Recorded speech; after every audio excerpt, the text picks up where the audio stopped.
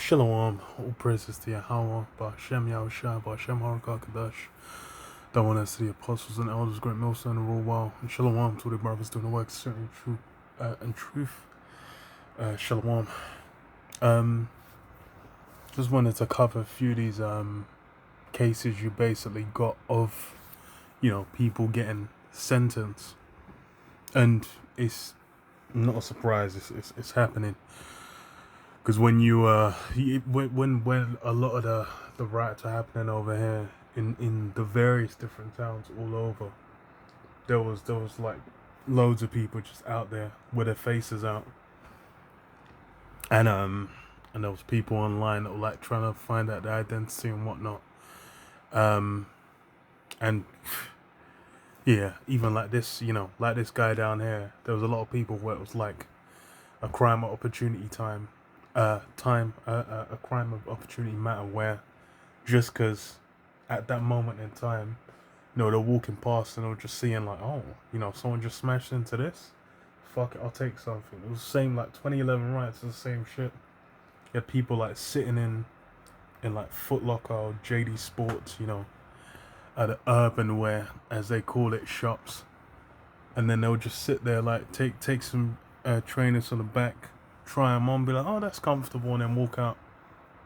Meanwhile their faces on camera, they'll seen, and then they're slammed in jail for like 6 to 8 months or some shit, and then they're regretting it all kinds of through.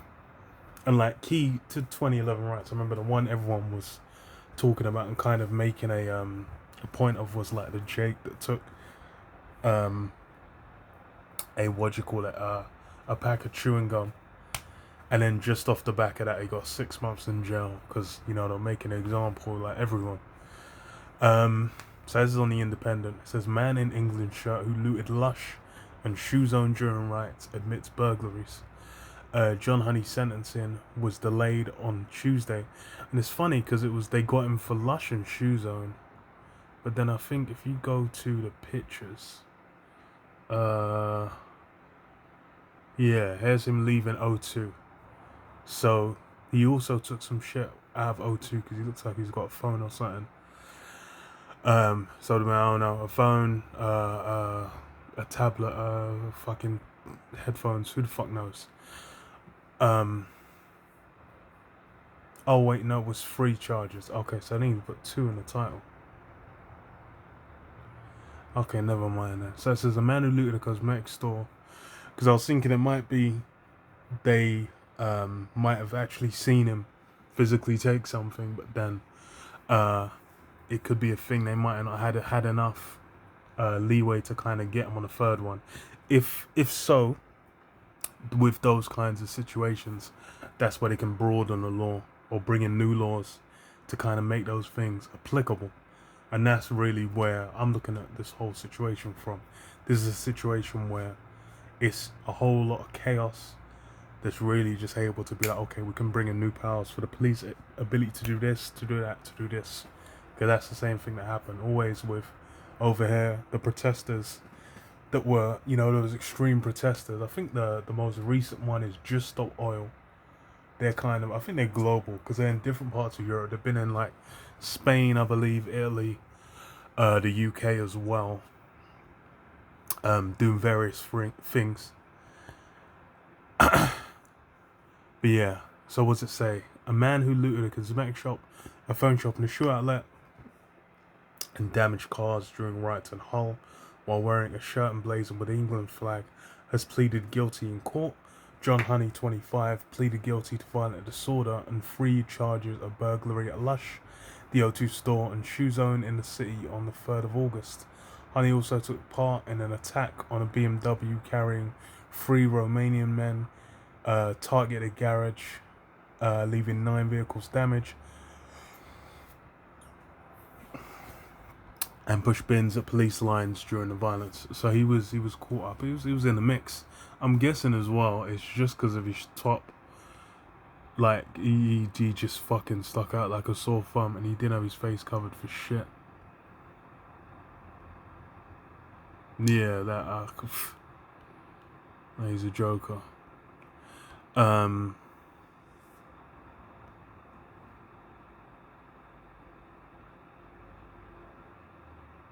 And yeah, the video of the guys driving the car was wild because it was like they're driving down, then just like they start getting mobbed.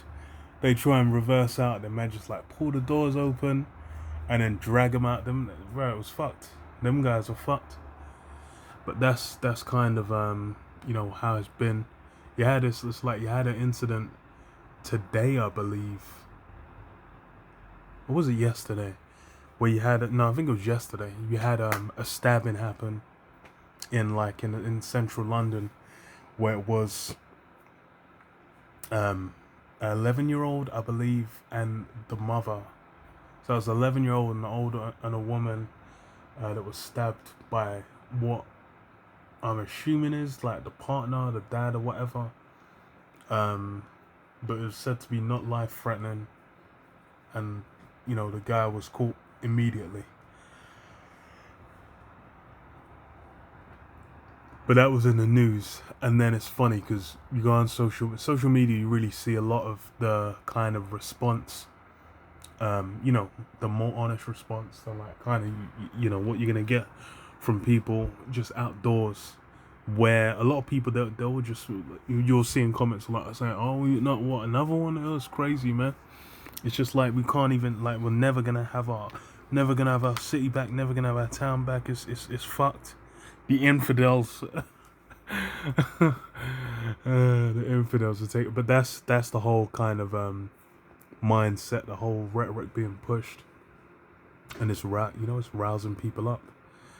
But then because of that rousing happening, it then justifies bigger police backlash, more laws, everything, and that's what we're seeing it already. Just with this guy being sentenced. No, it wasn't even sentenced. I think it was. Oh no, sentencing was delayed. Yeah, it was delayed. Honey's sentencing was delayed after claims he asked a prison probation officer if he wanted his autograph, and while in remand appeared to be an overconfident individual who presented with no remorse. So he was feeling himself, but obviously that he's this guy's he's an idiot. Like he I don't know who or what he thinks. Like he thinks he's he's gonna get off easy, but obviously they're gonna make an example of him. So would it say second one? Okay. So the court heard that he escaped through a back exit and hid in. Wait, hold on. Okay, so a worker at a garage said he had to lock himself inside the premises with shutters down as a group of men attacked the business, damaging cars and set one on fire. His statement said he heard shouts of "Open the door, I'll kill you" before hearing explosions and seeing black smoke coming through the shutters. The court heard that he escaped through a back exit and hid in a nearby garden for around 40 minutes. Other footage played in court showed Honey looting the Lush store and taking one of their branded bags and walking around the shop filling it with products. And that's the thing as well, is with the social media age, with the smartphone age, a lot of people, you'll just have pure evidence of them just like film doing things. So you might get a fast tracking of certain incidents where it's like they might say the evidence is so overwhelming where we're basically gonna this guy can get remanded. We might even push back his sentencing and hold him on like the minimum amount for for you could have all kinds of shit off the back of that. But that's what we're gonna kind of wait and see for, because even with the UK, I know there's like been like for maybe 10 years plus, the prisons have been like over capacity. And I don't know if they're building new ones. But you don't want to build no new fucking prisons when people want houses built and shit. Fucking hell, that's funny. But that's hell. The other thing I wanted to get from this as well. So what the case was adjourned until Friday, and it said elsewhere a 13-year-old girl between the latest youngster to be convicted for a part in the riots after admitting threatening unlawful violence outside of hotel housing asylum seekers. So yeah, she was, you're 13. So her conviction comes as analysis shows at least 50 youths under the age of 18 have been charged in connection with nationwide disorder. So yeah, even with under 18s, they're getting fucked over as well. They might, I doubt they're getting thrown in jail because they really ain't got space for that. I don't know how it would be the fuck is it called in the UK? I cannot remember the term. But I know it's juvie in the US. But over here there's a different term. Fuck knows what the term is. But then yeah, this guy, he's 19. This guy's doing 3 years in jail. And lighted arrows, throwing bricks and lighted. See, this guy was filled with lighting an arrow with a lighter. So yeah, these men more than madness.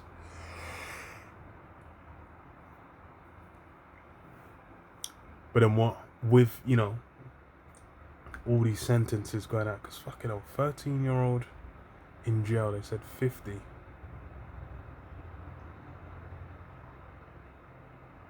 So yeah, at present, they really ain't giving a fuck. But then, after, we'll see, what it shakes out into. So I'm going to read this. First Maccabees 8:1, it says, Now Judas had heard of the Romans, that they were mighty and valiant men, and such as would lovingly accept all that join themselves unto them, and make a league of amity with all that came unto them, and that they were men of great valour. It was told also of their wars and noble acts, which they had done among the Galatians, and how they had conquered them and brought them under tribute, and what they had done in the country of Spain, for the winning of the mines of the silver and gold which is there, and that by their policy and patience, which is the point, and that by their policy and patience they had conquered all the place. So this is the Romans, and yeah, that's one of the key ways that they expanded policy and patience, man. Those means of executing like that political policy and patience, and time as well, applied on top of it. Those things are a great aspect of how people get worn down and then destroyed. Because even it's like with I don't know, like social media now, with the dating situation, the family situation, these things. A lot of these aspects within society, they've basically been pushed to a point where, people have been ground to dust, in regards to these things. Like you go back to the 50s or 60s, as far as like, the ideal of the American dream, that was a huge draw to get people invested and involved in the system. And then now, with people, they still have that image, and you've had generations where they've executed that dream. They're kind of here as examples, and then you have younger people that achieve it as well. Everyone's kind of drawn in and chasing after that, that hope, that dream, and then it's with that being dangled in there, then people will put up with and accept more and more things if there's a hope of getting that carrot, man, that dream at the end. And then as Esau comes down with a hammer, as the devil comes down with great wrath, as the squeeze gets felt, these policies get put in, people are going to hold them and deal with it, because they think, why, whatever the result is at the end, beyond this, is going to be worthwhile. And that's a big aspect of why people, they'll think, oh, no, the government's doing it to help us. They're thinking that these, whatever policies they bring in after these riots, is going to be for helping maintain public order. But no, it's all laying a framework putting down a skeleton and building, you know, a chassis, let's say. Now, if you're putting a car together, putting a chassis, you can have all the different aspects of the car, you know, put together, the outer shell and whatnot. The gears, the I ain't had to build no cars, but you know, engine, tires, doors, etc. To then have it pieced together. And that's really what you're seeing, man. Those policies are gonna come in, and it's gonna be peak, and people are gonna cheer. It's just like with the MOTB. It's gonna be the same. People are gonna look at it like, yo, this is great. Because as far as for now, if they increased the punishment for certain levels of resistance to what do you call it? If they put in what for rioting or for public unrest, civil unrest or whatever, any law that gets passed now, people will cheer. Because why they're thinking, oh, you know, it's gonna stop the rioting. You know, little do they know. But yeah, I'll leave it there. Shalom, shalom.